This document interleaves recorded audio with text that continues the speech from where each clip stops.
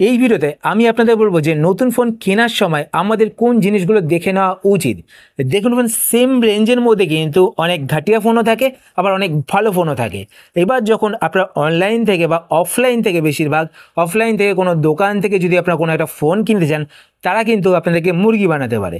তাদের যেই ফোনে লাভ বেশি রয়েছে তারা কিন্তু আপনাদের কাছে সেই ফোনটিকে সেল করার চেষ্টা করবে।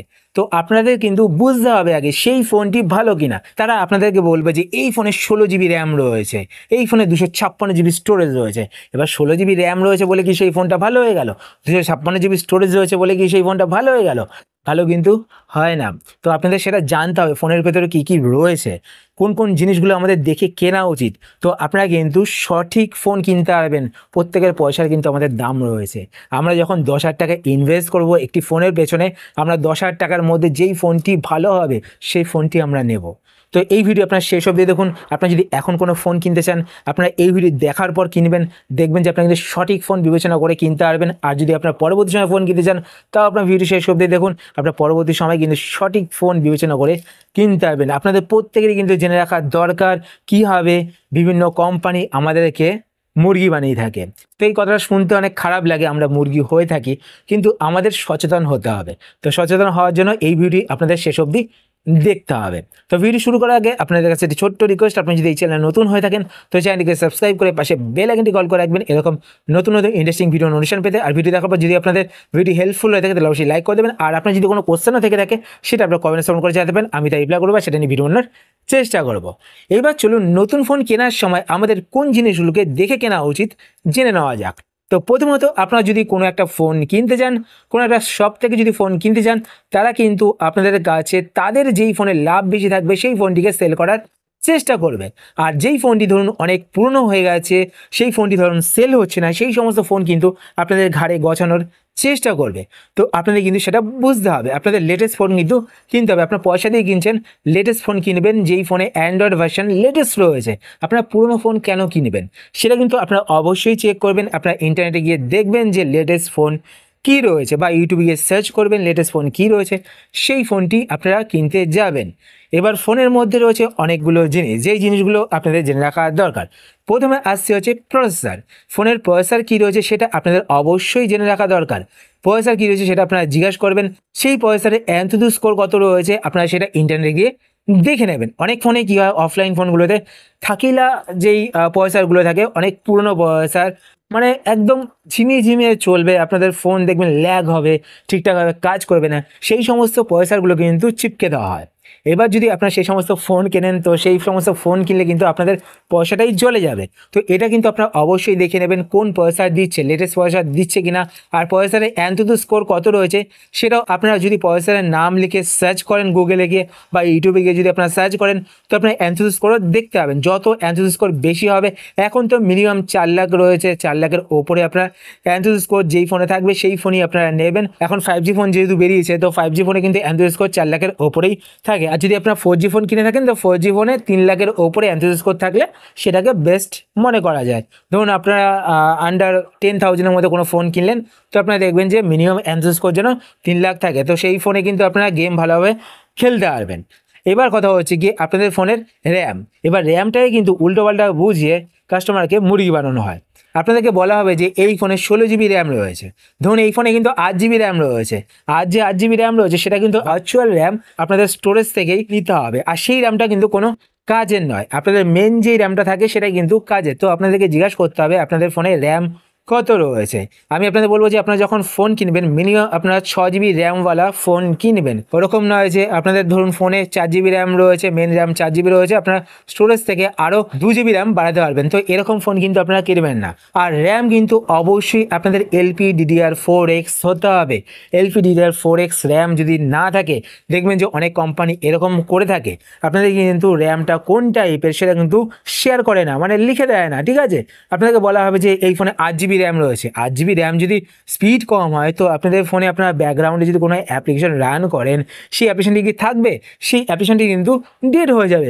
আপনাদের আবার যখন অ্যাপ্লিকেশনটি ওপেন করবেন, ওপেন করে দেখবেন যে অ্যাপ্লিকেশনটি আবার রিলোড হবে। তো আপনি যদি এটা না চান তো অবশ্যই কিন্তু আপনারা র্যাম দেখে নেবেন 6 GB এবং র্যামটি LPDDR4X নাকি সেটাও কিন্তু অবশ্যই আপনারা চেক করে নেবেন। আপনারা গুগলে গিয়ে সার্চ করবেন, যেই ফোনটি কিনবেন সেই ফোনের মডেল নাম্বার লিখে সার্চ করবেন, সার্চ করার পর LPDDR4X নাকি সেটা চেক করে নেবেন। আর মিনিমাম আপনারা 6 GB র্যামওয়ালায় কিন্তু ফোন নেবেন, এতে কিন্তু আপনাদের ফোনটি স্মুথলি কাজ করবে। এরপর নেক্সট হচ্ছে ফোনের রোম, মানে হচ্ছে ফোনের ইন্টারনাল স্টোরেজ। এবার দেখবেন যে আপনাদের কিন্তু অনেক কম দামে অনেক ফোনের মধ্যে 256 GB স্টোরেজ দেবে। এবার সেই স্টোরেজ যদি থাকিলা হয়, ধরুন স্টোরেজের যে স্পিড রয়েছে সেই স্পিড যদি কম হয় তাহলে কিন্তু আপনাদের ফোনটি স্লো কাজ করবে। আপনার যদি আপনাদের ফোনে ধরুন কোনো একটা কিছু ডাউনলোড করছেন, আপনাদের ফোনে কিন্তু অনেক স্লোলি ডাউনলোড হবে। এবার ধরুন আপনারা একই রেঞ্জে দুটো ফোন পাচ্ছেন, দুটো ফোনের মধ্যে একটা ফোনে রোম রয়েছে 128 GB, আরেকটা ফোনের রোম রয়েছে 256 GB। এবার 128 GB যেই ফোনটা রয়েছে সেখানে যেই মেমোরিটি ইউজ করা হয়েছে সেই মেমোরিটি কিন্তু উল্লেখ করা রয়েছে UFS 2.2, কিন্তু আপনারা যে 256 GB রোমের ফোনটি পাচ্ছেন সেখানে কী টাইপের রোম ইউজ করা হয়েছে সেটা উল্লেখ করা নেই। তো আপনারা কিন্তু সেই ফোনটি নেবেন না। সেই ফোনটি নিলে কিন্তু আপনাদের স্টোরেজ দিয়ে কোনো লাভ নেই, স্টোরেজে বেশি জিনিস রাখতে পারবেন কিন্তু আপনাদের ফোন যদি স্পিড না থাকে, আপনারা যদি ইউজ করে মজা না পান, তাহলে সেই ফোনটি নেওয়ার কোনো প্রয়োজন নেই। আপনার পরবর্তী সময় একটা SD কার্ড লাগিয়ে নেবেন আপনাদের ফোনে 128 GB SD কার্ডের দাম বেশি নয়, 1000 টাকা দাম হবে, 800 টাকা দাম হবে, আপনারা লাগিয়ে নিতে পারবেন সেই SD কার্ডটি, ঠিক আছে।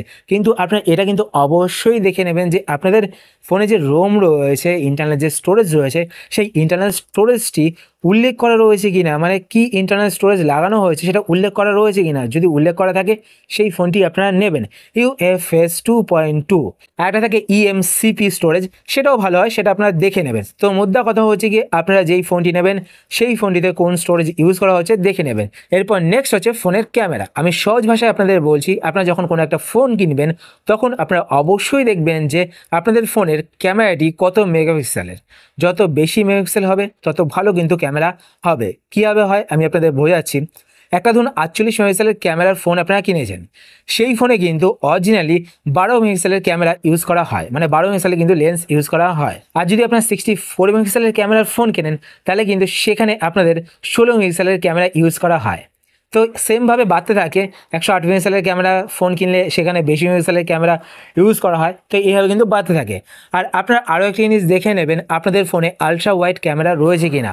অবশ্যই কিন্তু সেই ক্যামেরাটি যদি থাকে তো সেই ফোনই আপনারা নেবেন।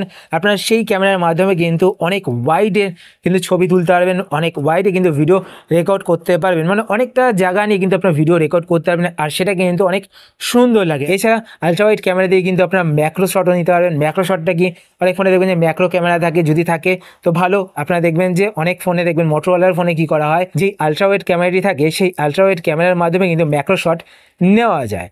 তো আপনারা কিন্তু দেখে নেবেন আপনাদের ফোনে মেন ক্যামেরা কত মেগাপিক্সেল রয়েছে, তারপর আলট্রাওয়াইড ক্যামেরা আছে কি না, তারপর আপনাদের ফোনে ম্যাক্রো ক্যামেরা আছে কি না।